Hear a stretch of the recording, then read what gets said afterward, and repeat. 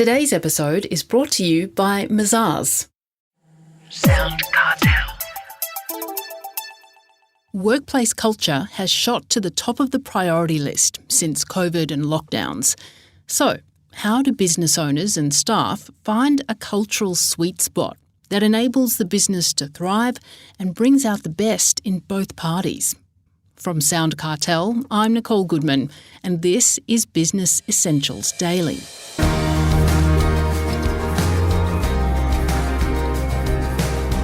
Values, building a vision, and gaining trust are three key ways to building a strong workplace culture.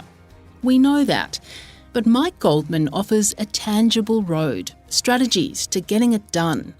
Mike is a leadership team coach, speaker and author of the #1 best-selling book, Breakthrough Leadership Team. He's more than 30 years into his coaching and consulting career, with core insights and practical strategies to build strong teams and guide businesses to growth. Mike starts by telling me why the role of culture has taken on such stratospheric importance. I actually think culture has always been critically important. I think it's getting the spotlight a lot more now, which is actually a good thing. While challenging, it's a good thing. And I think the reason why it's got kind of a brighter spotlight on it now is a number of things. COVID has caused a lot of us to work in either a remote environment or a hybrid environment. And those environments come with very different challenges to how you build a culture. Zoom calls are great, but we're not building strong relationships over Zoom. We're getting the work done. So I think part of the reason why it's taken on that importance is the remote and hybrid work environments we're in. I think part of the reason is the sheer number of folks that have left their jobs over the last couple of years. Now, given global economic conditions, we'll see if that snaps back the other way. But people leaving their jobs have caused companies to say, wait a minute, what can we do about our culture? And I think the other thing is folks in their 20s and 30s are very different than I'm 57. And when I was that age, I just thought you could work me 24 hours a day, beat me, whip me, kick me. I'm making partner, in this firm. It was all about money and the big house and the nice car. And I actually think folks in their 20s and 30s today have a more healthy, more holistic way of looking at their life. Money is not as important. The environment is more important. Having a real purpose to what they do is more important. So culture has taken a higher importance. Well, to help business owners raise the priority of culture, in your book you talk about the 3 V's of culture. What are they? Yeah, the first V is values. And values are not just beautiful words that are up on framed in the lobby that no one knows, no one cares about, but some smart consultant told them years ago, you've got to have a set of core values. So they go do it. Core values or values are a small number of non-negotiable behaviors that anchor a company's culture, that take what's best, what's right, what's most noble about your culture and boil it up to the top. So the first V is values. The second V is vision. Vision is about having that long-term vision, that North Star purpose that guides you as an organization, that flag on top of the mountain, that guides you. It's about having a picture of the future that a company could rally around, that challenges you to greatness. That's the vision. And the third V is vulnerability. Vulnerability is about having an environment where we can speak the brutal, honest truth and feel comfortable doing that, where we could ask for feedback, where we can give feedback, where we can say, I'm not sure how to do that, or I'm sorry, or I made a mistake, and have those open conversations. And you need those 3. Any 2 out of those 3 V's are not going to work for you. You need values, you need the vision, you need that vulnerability. Well, we do hear so much about core values. How are great companies bringing them to life, do you think?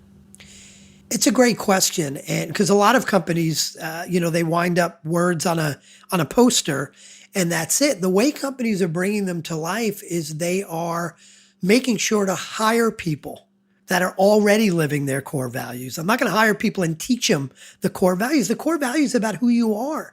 So companies are hiring people that have core values. Companies are assessing people, their current employees and current team, not only by how productive they are, but how well they're living those core values. And if they've got folks that are not living one or more of those core values, that are blatantly and repeatedly violating those core values, those folks don't belong in the company. If you allow even highly productive people, especially highly productive people, if you allow them to stick around in the organization while breaking those non-negotiable core values, they become a joke to the rest of the organization.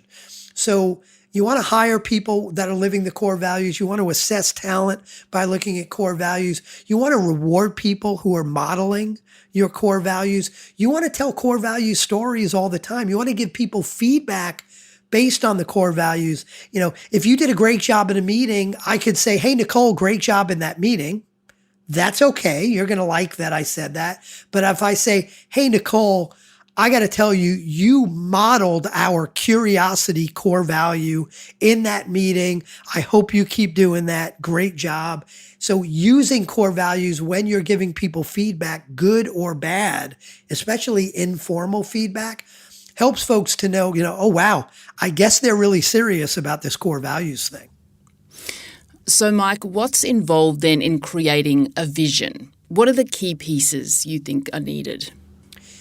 There are a number of key pieces. The first is understanding your why as a company, your greater purpose, your North Star as a company. It's something you never quite achieve. Like if we kept walking towards the North Star, we'd never get there, but it provides direction. So your purpose is something that guides you every day. And as an example, the purpose of Disney might be happiness.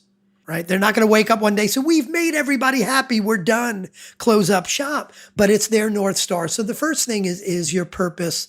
And then the next thing is something that Jim Collins coined in Good to Great and Built to Last, which I think was his book before that, which is your big, hairy, audacious goal, your BHAG. So whereas your purpose is something you never quite achieve, but it gives you direction, your BHAG is that flag on top of the mountain that says, wow, imagine if we can get that done.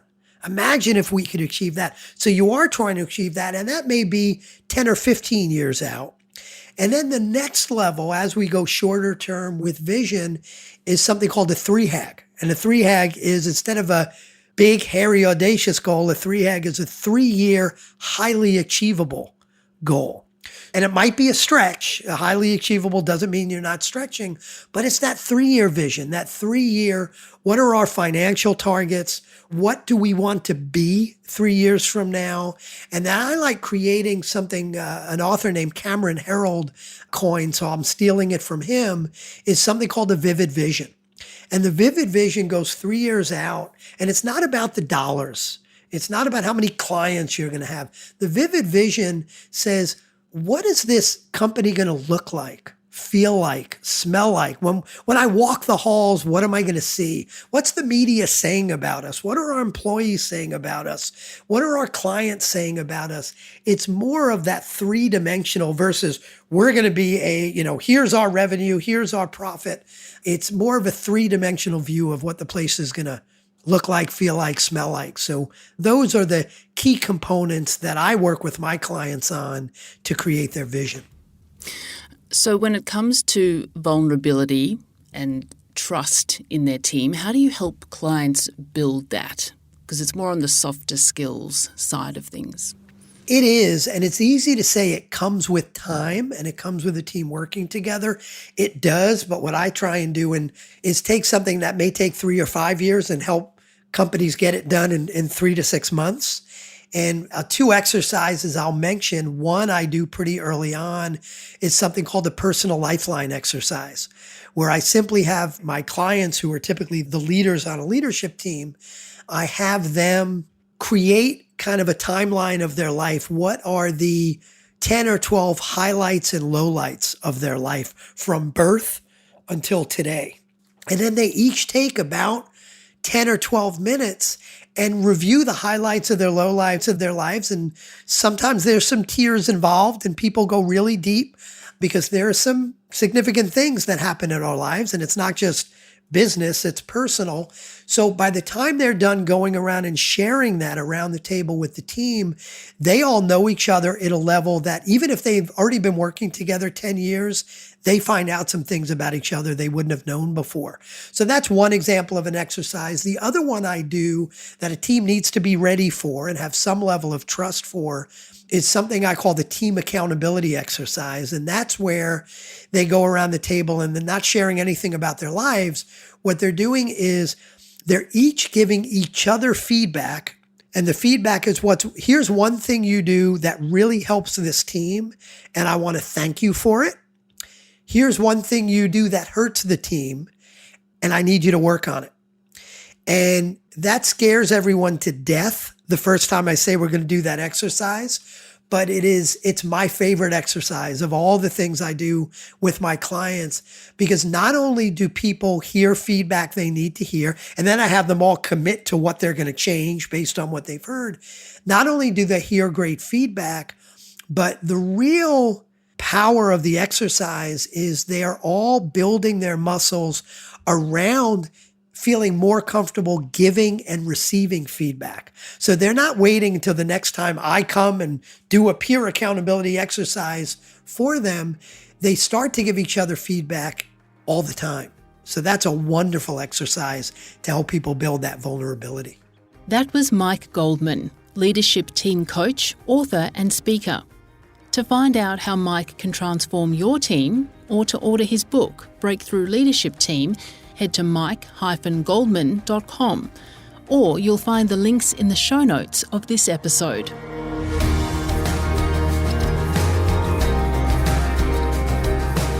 This episode of Business Essentials Daily is produced by the team at SoundCartel. Thanks for listening. I'm Nicole Goodman. We'll bring you more Be Daily tomorrow. Follow @BE Daily Podcast across social media and head to bedaily.com.au for more from the Business Essentials Daily podcast. SoundCartel. This episode was brought to you by Mazars. To find out more, visit mazars.com.au. That's mazars.com.au.